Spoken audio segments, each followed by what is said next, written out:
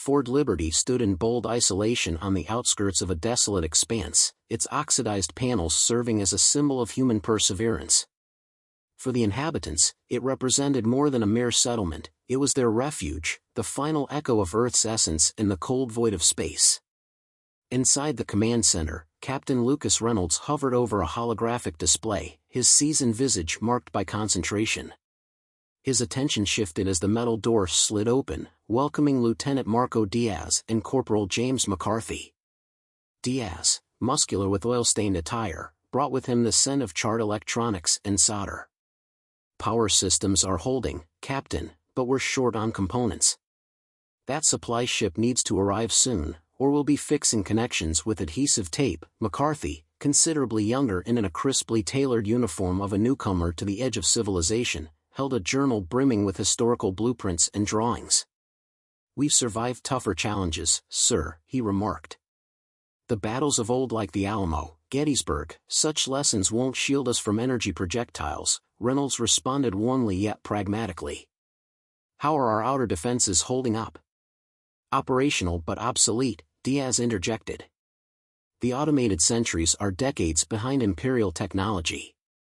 Any serious assault will breach our perimeter as if it were mere paper," he added, his analysis casting a somber mood.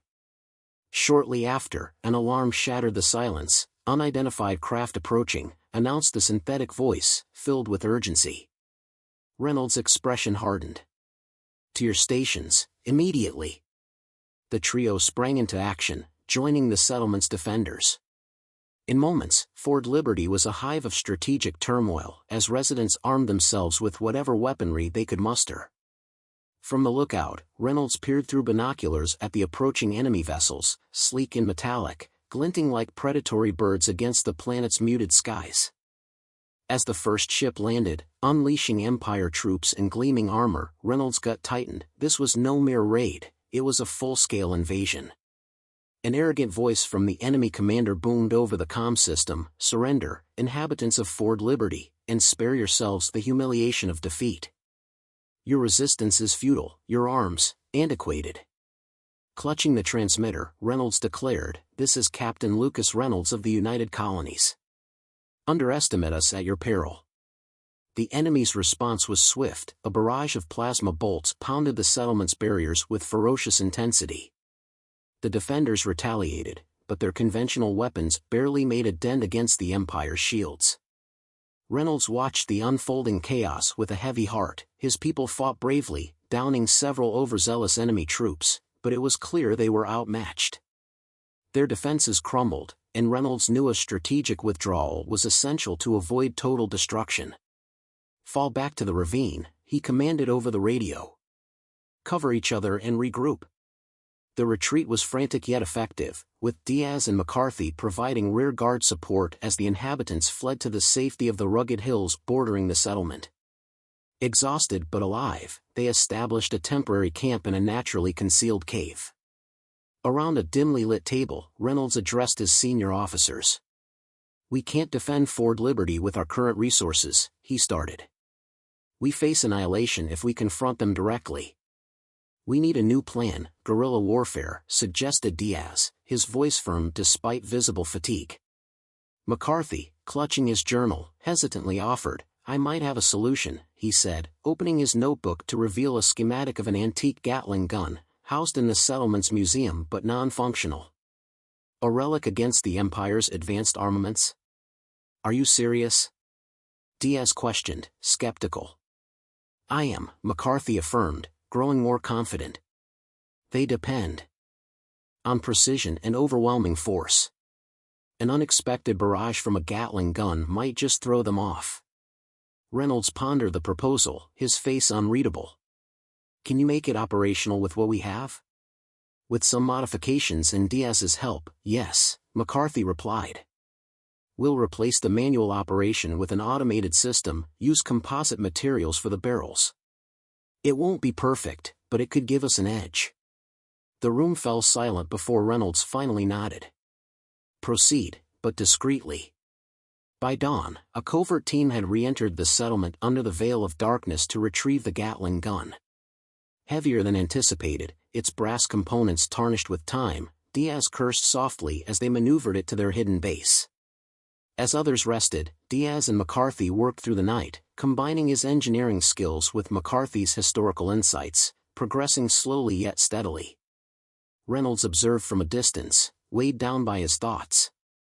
He had witnessed too many conflicts to harbor illusions, but their dedication ignited a faint hope. As morning arrived, the Gatling gun lay partially restored on their workbench, its full potential yet to be realized. Reynolds approached, his tone supportive yet gruff. "Keep at it. If this machine can provide even a marginal advantage, it's worth the effort." Outside, the distant hum of Empire patrols underscored the urgency of their mission. Reynolds knew the enemy would not relent until they had crushed every last human. Yet, as he surveyed the makeshift lab and the men pouring their heart into this unlikely endeavor, he felt a surge of something he hadn't experienced in years: hope. The cave reeked of oil, perspiration, and the sharp tang of burnt plasma. Diaz, immersed in the Gatling's wiring, muttered to himself as he adjusted the ancient motor, while McCarthy consulted an aged manual, cross-referencing designs. Reynolds stood watch, his hand instinctively reaching for his sidearm at any unexpected noise. The days were filled with uncertainty, their silent labor a race against time as each moment spent in the cave meant another moment for the Empire to strengthen its grip on Fort Liberty. "Is this contraption really going to work?" Diaz asked, wiping sweat from his forehead. "This technology is ancient." McCarthy looked up, his youthful face resolute. "It will work. We just need to adapt it, rebuild it with the resources at hand," he responded, holding up a piece of the original weapon now reinforced with scavenged alloys. "The barrels are adequate, but the firing mechanism is too slow. I propose using an old fusion battery from the power station to provide the necessary power," he suggested. Diaz frowned. A fusion battery could overload and destroy the circuits if not properly moderated. "We'll install a regulator," McCarthy replied swiftly, his confidence building with each word. "I've analyzed the Empire's technology. Their plasma rifles have a feedback system. I can integrate a similar mechanism here." Reynolds, leaning against the cave wall with his arms crossed, had been skeptical initially but was now intrigued by McCarthy's determination. "Make it operational," he instructed quietly. "Time is of the essence." Diaz grumbled but did not protest, knowing their makeshift weapon might be their only chance at a miracle. Over the next few days, the pair clashed over technical details yet maintained a mutual respect. Diaz's pragmatism balanced McCarthy's innovative ideas, and together, they rebuilt the Gatling gun with every available component: a modern motor from a decommissioned mining rig, custom circuit boards for power control, and a new cooling system crafted from an old refrigerator unit. The gun was far from sleek, but it had potential. As the final piece was fitted, Reynolds entered the dim workshop, the cave shadows stretching behind him. "How does it look?" he inquired. McCarthy, wiping his hands on his fatigues, announced, "It's ready for a test. The motor and ammunition feed are functional. We'll need to test it under real conditions, but we don't have that luxury," Diaz added, rising from his crouched position. "We use what we have. If it explodes, at least we'll know it's unreliable." McCarthy's eyes narrowed. "We need to test it against actual targets. Guesswork isn't enough in war." Reynolds exhaled deeply, his face stern. "We don't have time for thorough testing. The Empire will return soon, and we need every advantage we can muster." The tension in the workshop was palpable, but McCarthy nodded, his hand trembling slightly as he loaded the ammunition. "All right, but we ensure it doesn't backfire. We'll test fire at the old supply crates by the perimeter to gauge its effectiveness," he decided. As night descended, they positioned themselves discreetly on the colony's edge, the air thick with the scent of damp earth and the steady whisper of wind. Reynolds and Diaz took cover behind crates, their gaze fixed on the horizon, while McCarthy set up the Gatling gun with precise movements. The initial shots were cautious, a series of controlled bursts that made the gun's barrels whirl with unexpected vigor.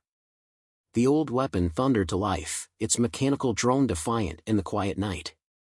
The target crates were obliterated in moments, the gun's firepower evident as projectiles tore through the wood with startling precision. But celebration was brief, the gun's noise was sure to attract attention. "Move it into the trees, quickly!" Reynolds hissed, as McCarthy disengaged the weapon and scrambled for cover.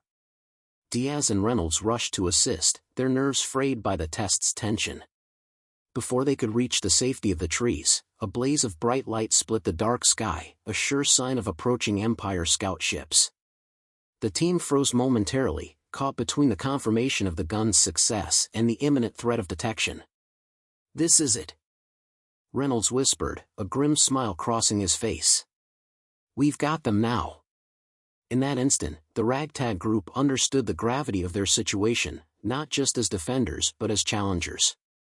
The Empire was not just an enemy, it had become their target, and for the first time in days, the people of Fort Liberty had a real weapon to fight back.